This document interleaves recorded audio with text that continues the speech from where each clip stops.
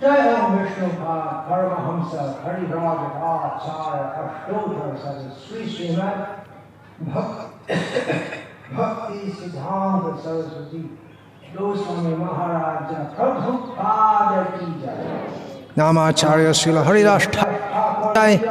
Ananta Koti Vaishnava Vrinda Ki Jai. Prem se kaho Sri Krishna Chaitanya Prabhu Nityananda Sri Advaita Gadadhara Shiva Sadi Gaura Bhakta Vrinda Ki Jai. Shri Shri Radha Krishna Gopa Gopi Goshyama Kunda Radha Kunda Giri Govardhan Ki Jai. Vrindavan Dham Ki Jai. Navarit Dham Ki Jai. Ganga Mai Ki Jai. Yamuna Mai Ki Jai. Bhakti Devi Ki Jai. Tulasi Devi Ki Jai. Samaveta Bhakta Vrinda Ki Jai. Shri Ramesvaram Dham Ki Jai. Gaura Premanande Hari Hari Bo. All glories to the assembled devotees. Hare Krishna. All glories to the assembled devotees. Hare Krishna. All glories to the assembled devotees. Hare Krishna. All glories to Sri Guru and Sri Gauranga. All glories to His Divine Grace. Srila Prabhupada. Nama Om Vishnu Padaya Krishna Preshtaya Bhutale Srimate Bhakti Vedanta Swamin Iti Namine Namaste Sarasvate Deve Gauravani Pracharine Nirvishesha Shunyavadi Paschatya Charne.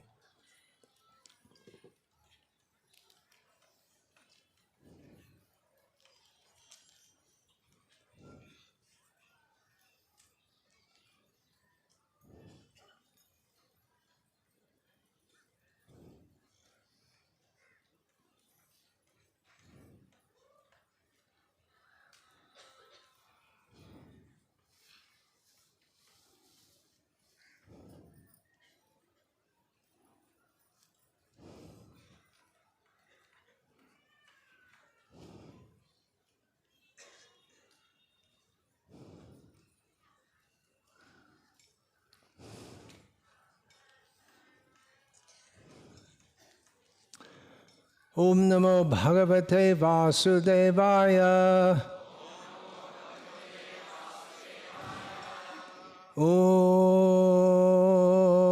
Namo Bhagavate Vasudevaya.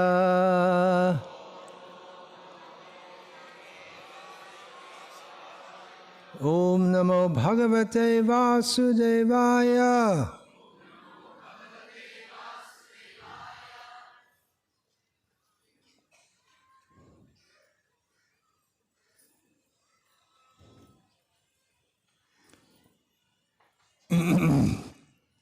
Srimad Bhagavatam, Canto 1, Chapter 7, Text 49, translation and commentary by His Divine Grace, Srila Prabhupada, A.C. Bhaktivedanta Swami Prabhupada.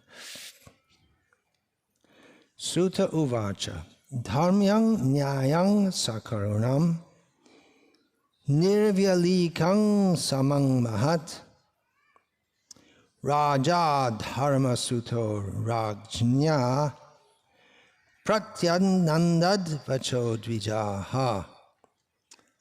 Sutta Goswami said, O Brahmanas, King Yudhishthira fully supported the statements of the Queen, which were in accordance with the principles of religion and were justified, glorious, full of mercy and equity, and without duplicity. Purport. Maharaj Yudhishthira, who was the son of Dharmaraja or Yamaraj, fully supported the words of Queen Draupadi in asking Arjuna to release Ashvatthama. One should not tolerate the humiliation of a member of a great family. Arjuna and his family were indebted to the family of Drona Acharya because of Arjuna's learning the military science from him. If ingratitude were shown to such a benevolent family, it would not be at all justified from the moral standpoint. The wife of Drona Acharya, who was the half-body of the great soul, must be treated with compassion, and she should not be put into grief because of her son's death. That is compassion. Such statements by Draupadi are without duplicity because actions should be taken with full knowledge. The feeling of equality was there because Draupadi spoke out of her personal experience. A barren woman cannot understand the grief of a mother. Draupadi was herself a mother, and therefore her calculation of the depth of Kripi's grief was quite to the point, and it was glorious because she wanted to show proper respect to a great family.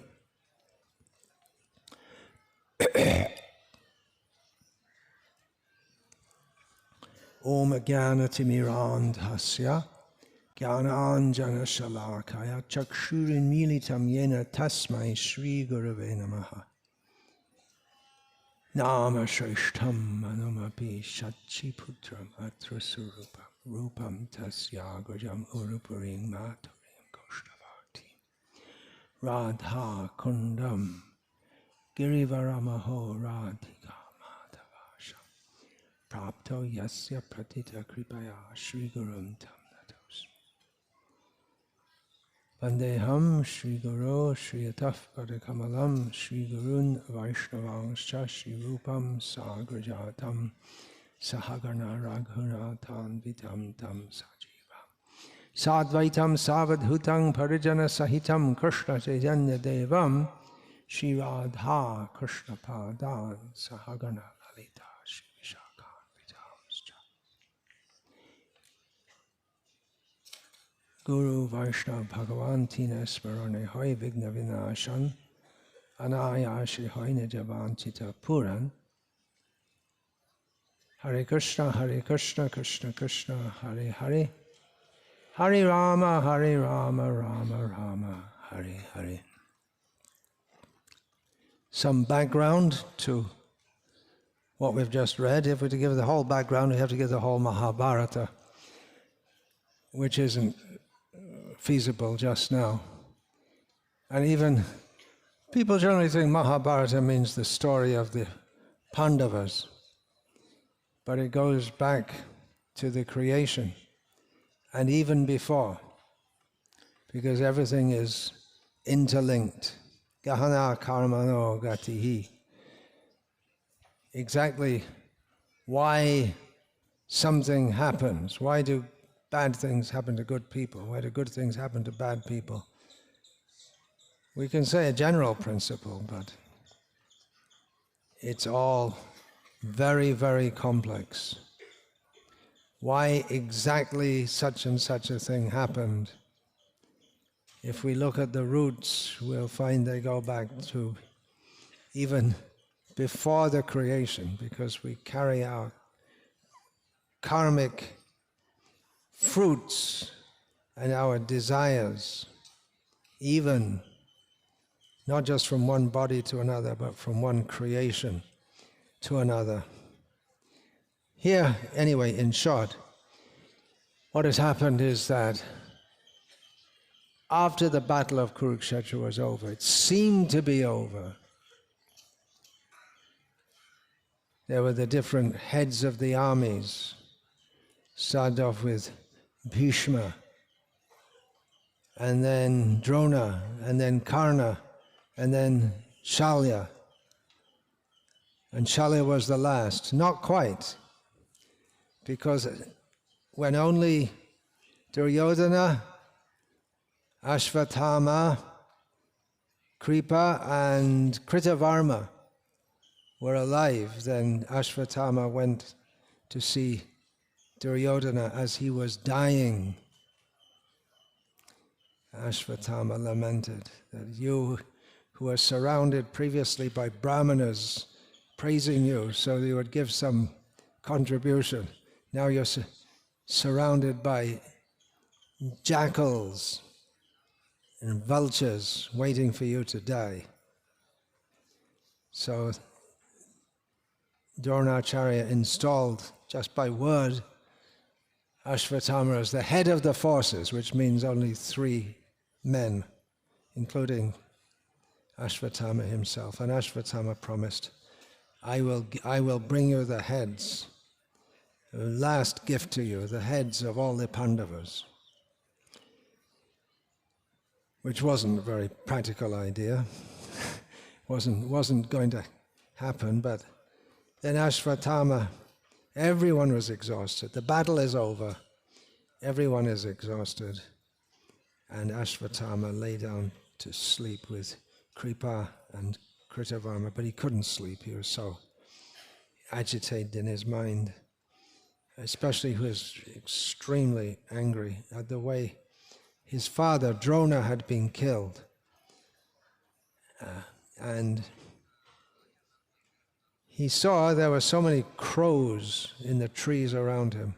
And suddenly some fierce owl came and killed them all in their sleep, and there were crows falling all around Ashvatthama. And he thought, this is a sign.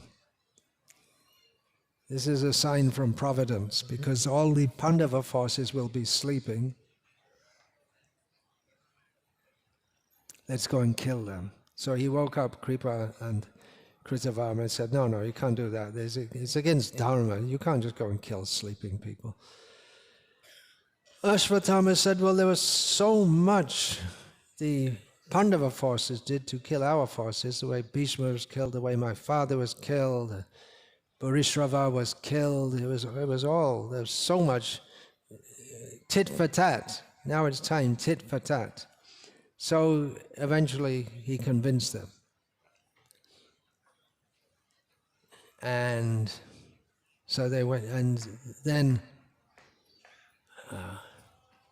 Ashvatthama, being empowered by Lord Shiva, went in the place where all the Pandava forces were sleeping. By the arrangement of Providence, the actual Pandavas themselves weren't in that. There was a whole area, tents, where they were sleeping. But they weren't there. Where did they go? I can't remember just now. They'd gone somewhere else that night. So he killed he was empowered by Lord Shiva.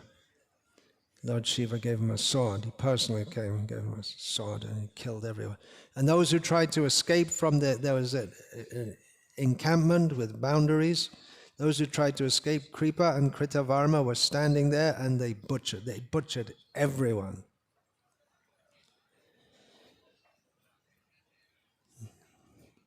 When the news came to the Pandavas and Draupadi,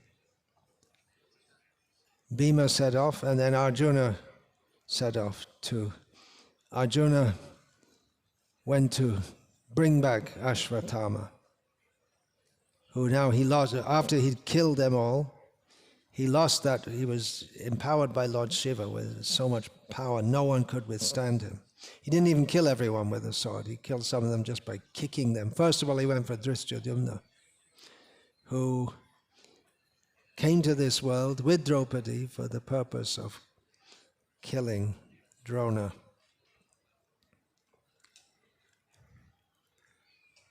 So that empowerment was gone. Now he knew he was in trouble. So Arjuna set off, having promised to Draupadi that he will bring the jewel on Ashvatthama's head, having separated his head from his body. To make a longer story shorter, Ashvatthama was captured and brought back to where Draupadi was. And then Draupadi, actually seeing him, she changed her mind and said, no, it's not good to kill him. He's the son of our teacher. As Srila Prabhupada writes in the purports, it's not proper for a member of a great family to be humiliated, even though he himself Ashvatthama. His name is there because he brayed like a horse at his birth. He was born in a Brahmin family, but he was a nasty guy. I mean, let's be honest. If you see throughout the whole history of the Mahabharata, you don't find anything.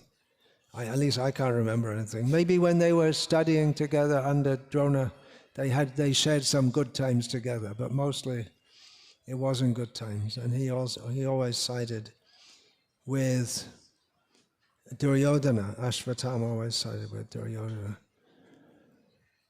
But when Draupadi saw him, she thought it's not good to kill a Brahmana, even though by quality he wasn't a Brahmana, but he's the son of our teacher, and may not his mother lament like me. She knew the pain of losing her sons because Ashvatthama had killed her sons while they were sleeping. He thought he'd got the Pandavas, but he was wrong. It was the Pandavas' sons. So she said,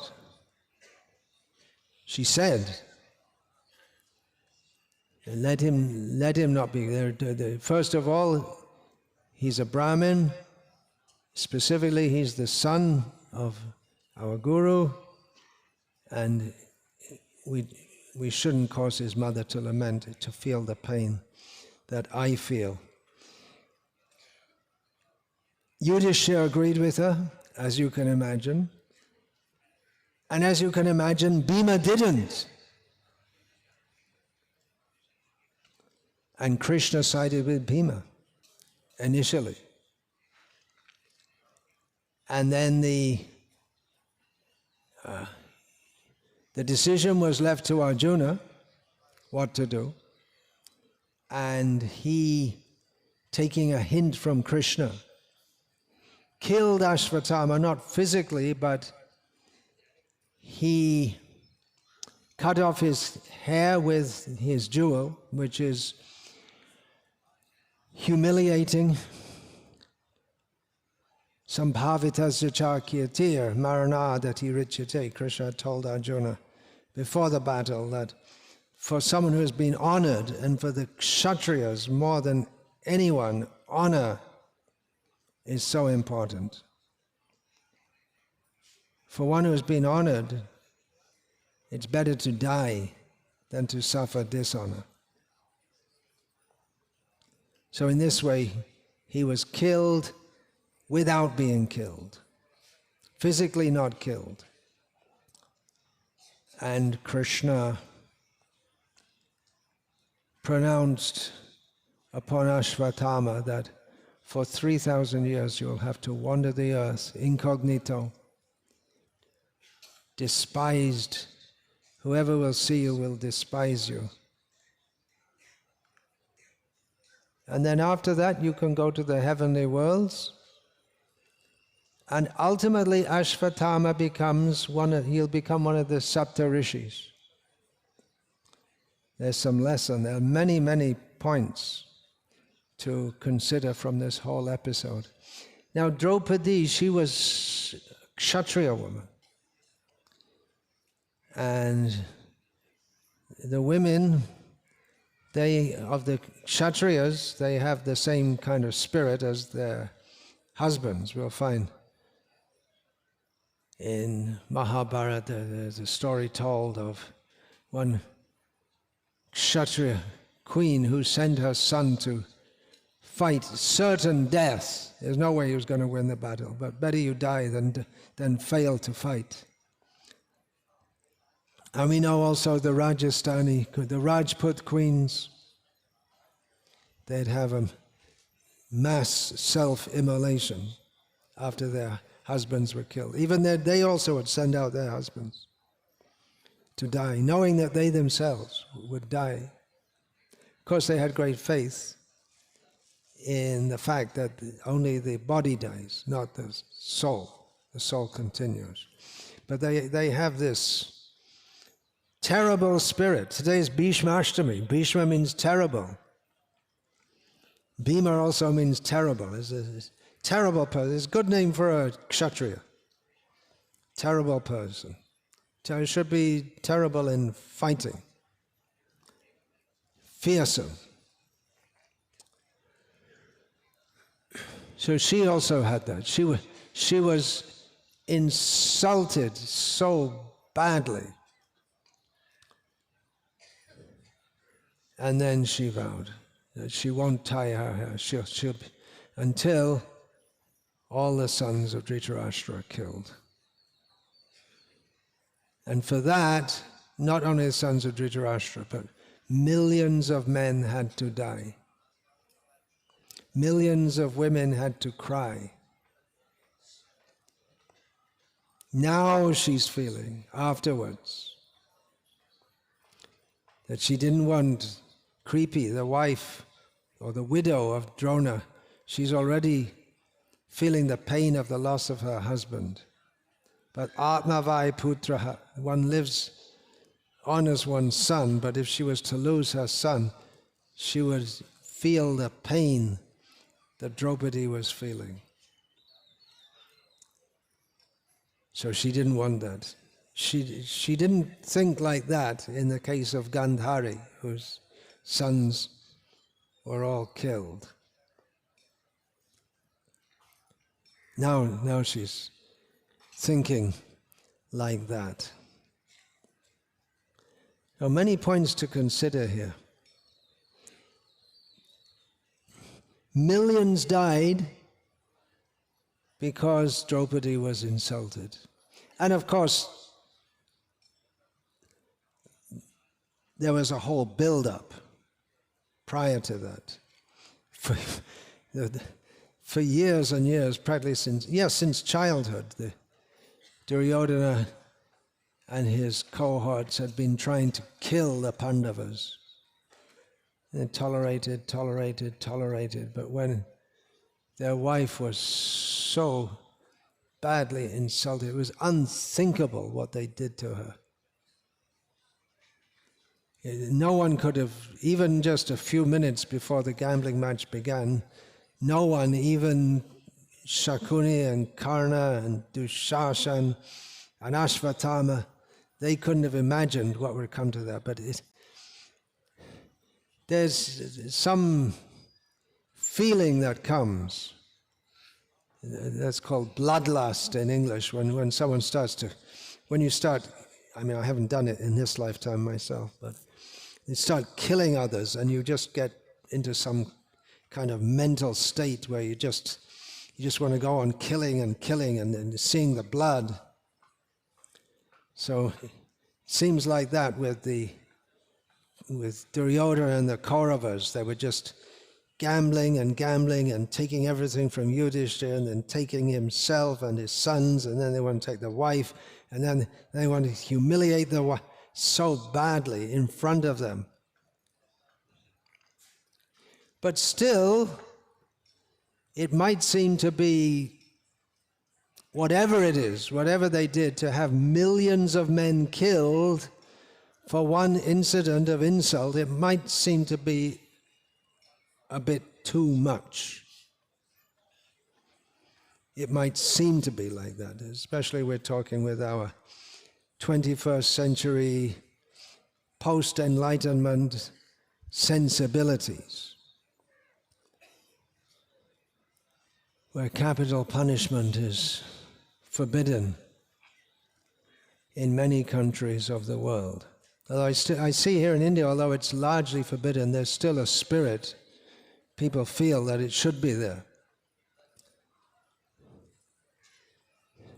There are not many people who sympathize with that guru who was hanged, the one from the Bombay terror attack. His name was Guru. He was Muslim. He wasn't a Hindu. He had the name Guru. It might seem to be too much. Of course, Krishna had a plan. But then Ashvatthama was led he did such a terrible thing. He killed so many people in their sleep. You can't kill people in their sleep. Kshatriya? Maybe Chandala might do. Even among the Chandalas, they would think that's not, even they have some sense of right and wrong. But Kshatriyas to do that? And particularly Draupadi is lamenting for her sons, although there were so many others killed. But Ashvatthama got let off with just getting his hair cut. And he had to wander the earth. That would have been anyway, because if anyone saw him and they knew his background, who would want to interact with him? He is cursed by his own bad deeds. So it seems there was it might seem, again to our 21st century post-enlightenment sensibilities, I don't know if all of you know what I'm talking about, it might be seen to be too much that so many people were killed, and then it might be seen to be too little that Ashvatthama got let off so lightly. Actually, sometimes I think that these people who do horrible acts, just like in England there are all these child grooming gangs, and they should just let them out free, but they should stamp on their head, child groomer. That would be the best thing for them. And then the public would give them their own, I don't know how you can recompense, their own deserved rewards. Don't put them in prison. Then you let them go, but there should be some mark to identify that. Anyway, it's just a thought. I'm not saying it as a policy, but sometimes I just think like that. Now Draupadi understood Gandhari's pain and the pain of millions of mothers, but it was too late.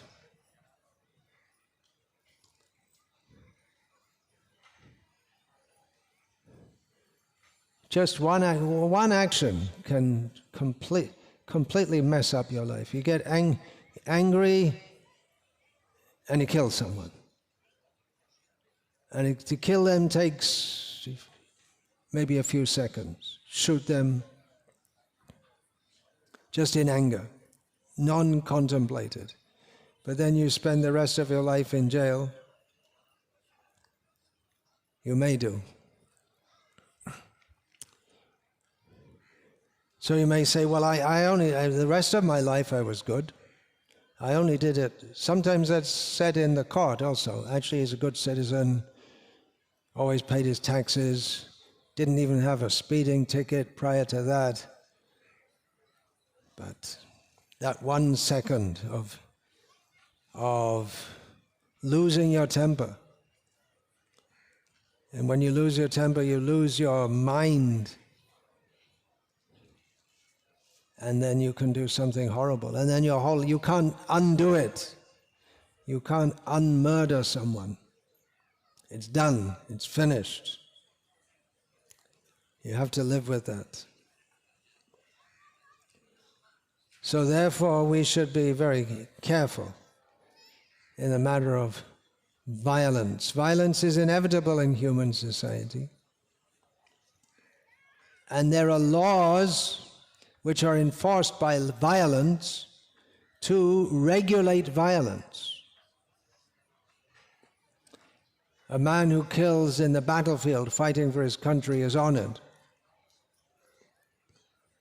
But if he comes home and kills some citizen, he is punished. The same activity.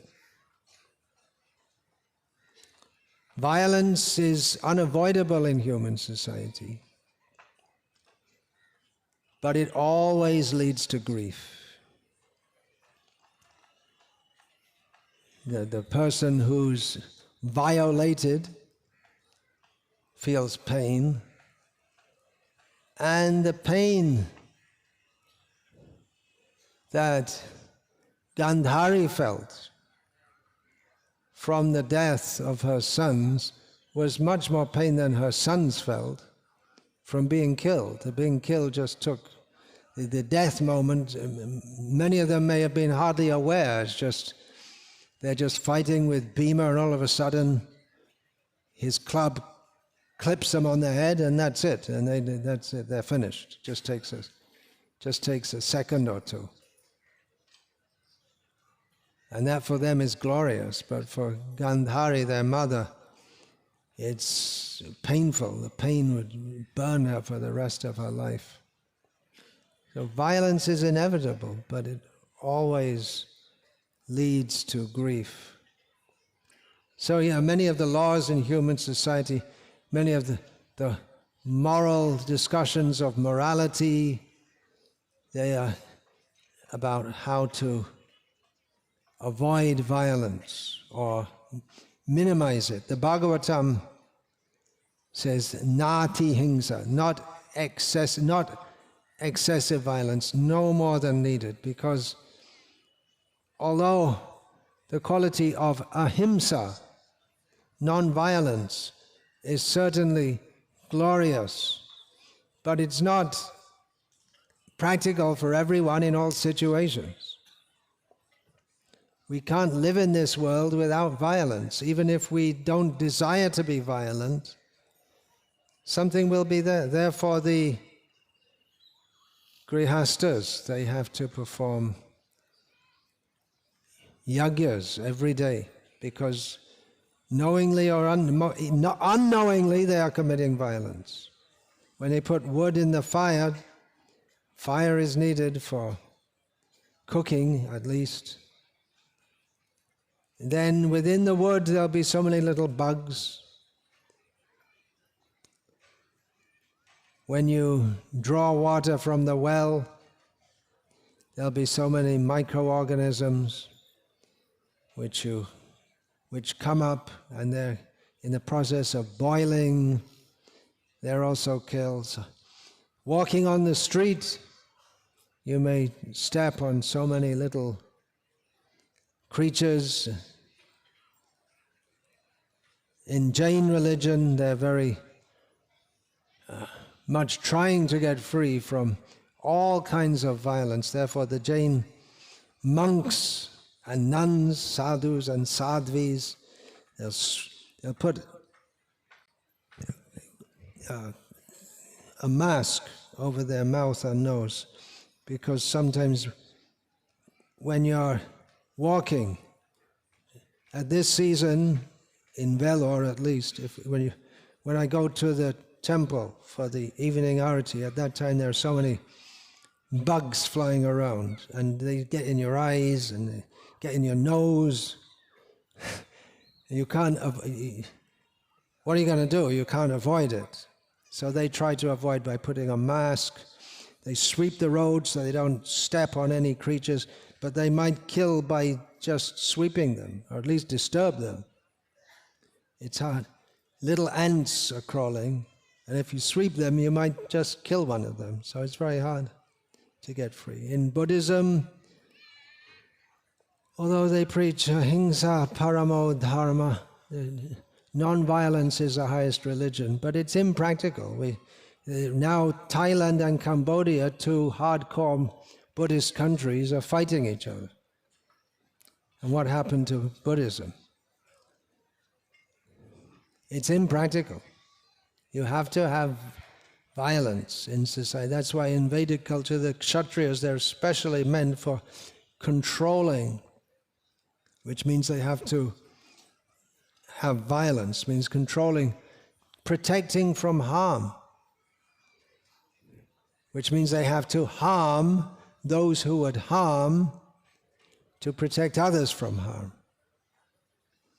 At one point when Buddha Dev was preaching and he was collecting so many followers, he himself was from a Kshatriya background. And one king said to him that, look, if you don't stop recruiting all my soldiers, I can't protect you. And then Buddha said, no more Kshatriyas. You just had to be practical. You need people in society who are ready to risk their life to protect others. Of course, that can be misused also. If the king or the ruler is a rascal, then he uses the power of the state to oppress others. That is widespread nowadays. There are so many things to consider. If we get into analyzing all the different points here, there's so much to consider. It's a dharma sankat. Mahabharata and Ramayana are full of dharma sankat. What to do in a certain situation. The whole Bhagavad Gita opened like this. Because Arjuna, his dharma was to fight in righteous battles. But in this situation, to do so, he would have to go against dharma by attacking his gurus. So for Arjuna, it was a lose-lose situation. Either way, he was going to go against the principles of dharma. Was he confused what to do? No. He said, Nayotya, I'm not going to fight. Well, first he was confused, then he surrendered to Krishna, then again he says, well, now I'm surrendered to you and tell me what to do, but I'm not going to fight. He was very strong in his determination not to fight. Should he fight or should he not fight? He came to the conclusion, not fighting in this situation is better. He didn't want to attack his gurus. But his gurus they hadn't told him not to attack him. He was getting a little uppity there. Then in the presence of his gurus, he was himself pronouncing what is dharma. And then again throughout the battle, in every moment, there's how to kill Bhishma. Arjuna was right in the thing. He said, I'm not going to attack Bhishma. And he did. I'm not going to attack Drona. He did. He was instrumental in their deaths. Although theoretically or officially, Shikhandi and Drishtadyumna were the agents of his guru's deaths, it wouldn't have been without Arjuna, his involvement. But Arjuna is not blamed for that by history in general. Of course, some people, but it's understood. In battle, there are going to be situations. You can't stop and have a Brahmana sabha over, here's someone attacking you, and then should I fight back? Okay, stop the battle and then let's debate for 3 weeks about whether it's right for me to fight back or not. You have to make a decision on the spot. And you don't have to, on the spot means in a flash, just in a second, less than a second. You have to do what you have to do.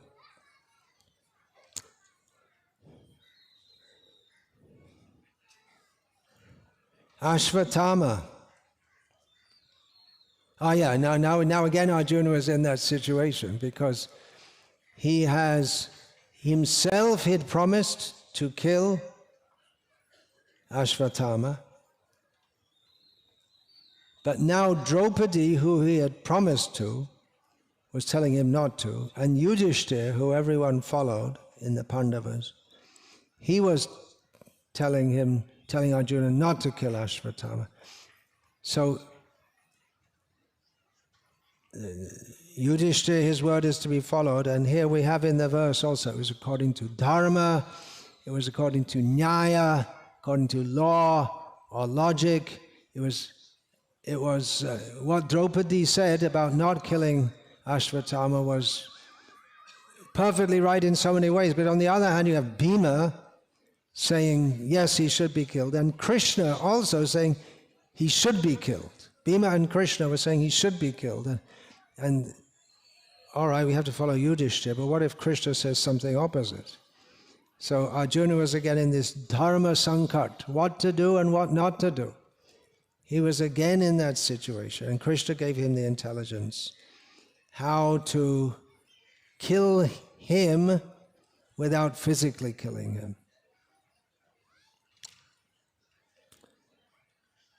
We know the statement, apichet sudaracharo bhajate mamananya bhag sadhureva samantavya. Even if someone is most badly behaved, we're talking about sudurachara, means the kind of thing which you can't even imagine it, and when you hear about it, you feel, how could that be? We don't feel that now when we hear about Ashvatthama killing the sons of Draupadi. We don't feel it now because we're separated by thousands of years. But if it comes in the news that that was happening in Croatia, Serbia at that time, then what did you feel about hearing how men were disemboweling their pregnant wives because their wife was on the other side? A Serb would marry a Croat, and then they would kill their own wife by cutting their stomach out with the pregnant child. And when it's just in the next town, and it could be you. Remember that one young man came and joined us? He was previously in Croatian army, way back. And then he was so mentally disturbed because he'd killed. They used to go in villages and just kill everyone. And he was trying to be a devotee, but his mind was so disturbed. When we hear of something going back thousands of years, then we feel separated from it. But when it's right here, now, then we really feel it. We feel it more. Ashvatthama did such a bad thing, but he wasn't even a devotee.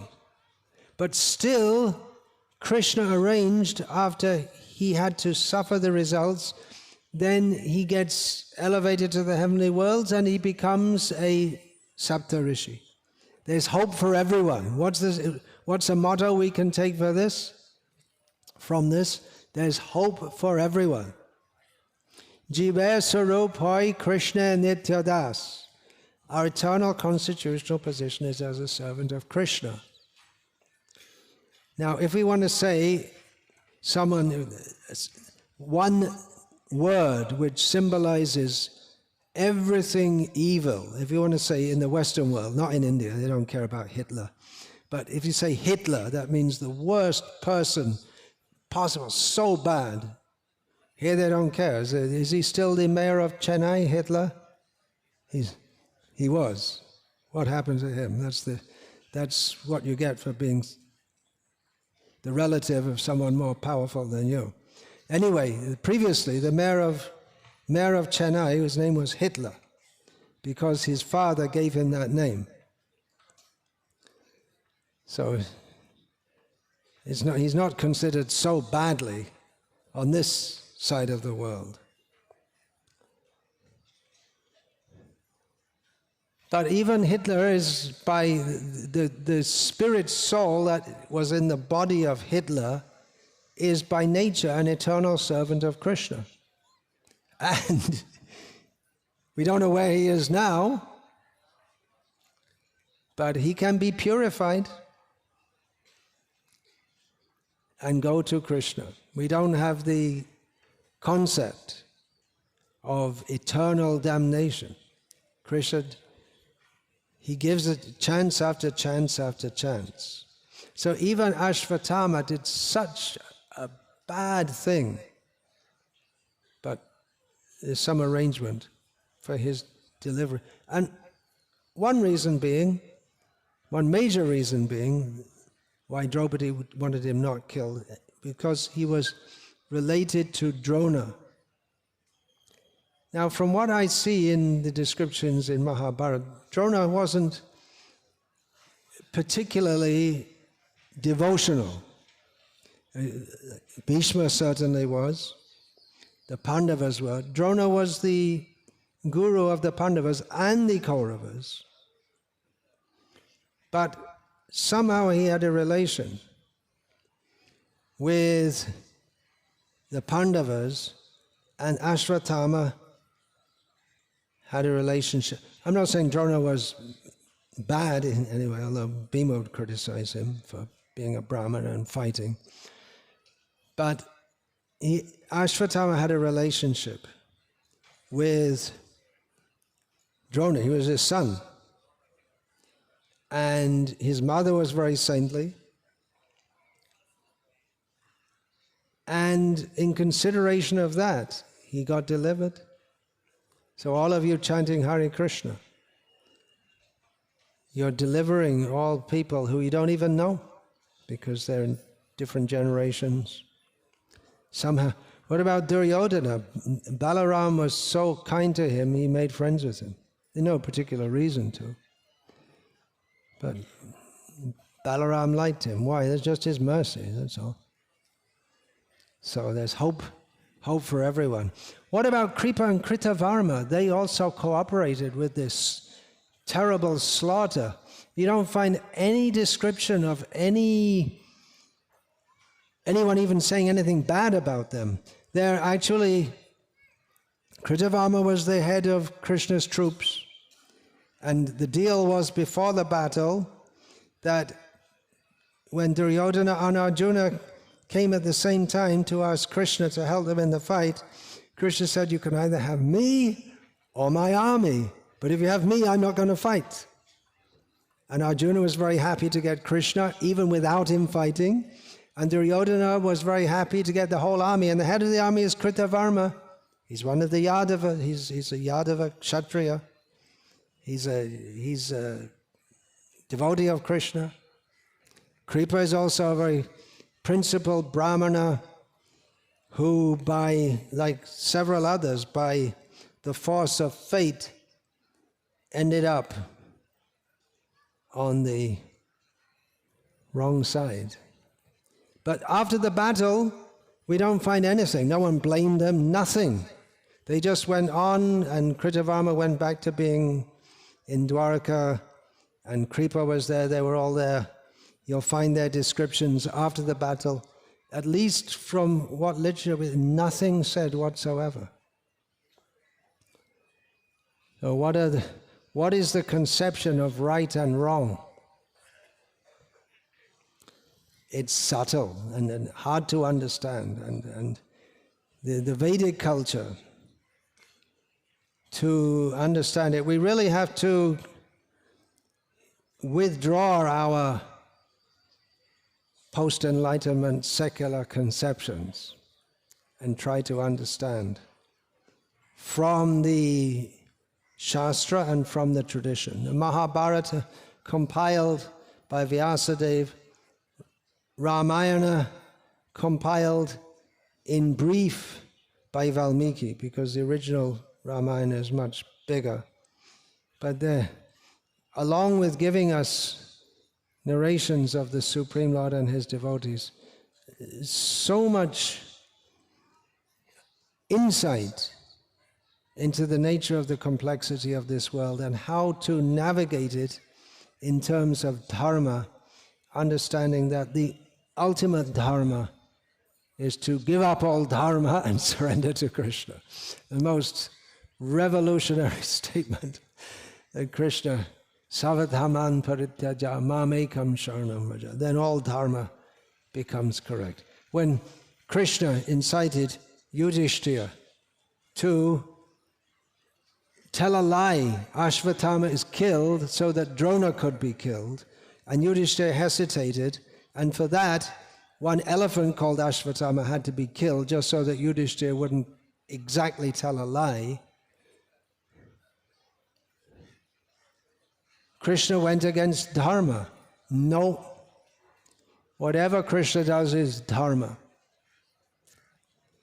But that's not ethical. It's not ethical to say Krishna's not ethical. He has his own rights. It's unquestionable. But always he is suhridam sarvabhutanam. We can't judge him according to our standards. And it might seem that he acts in wrong ways if we do judge according to our standards. But whatever he does is for the ultimate benefit of everyone, because he is the friend of every living being. Hare Krishna. I'll finish there. There's so much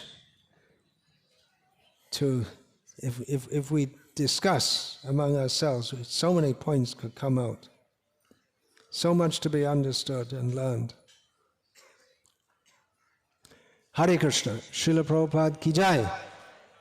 Srimad Bhagavatam ki jai. Should we say Ashvatthama ki jai? Generally not.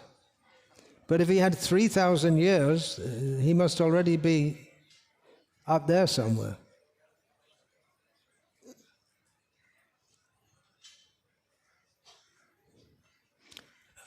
That is a subject of discussion.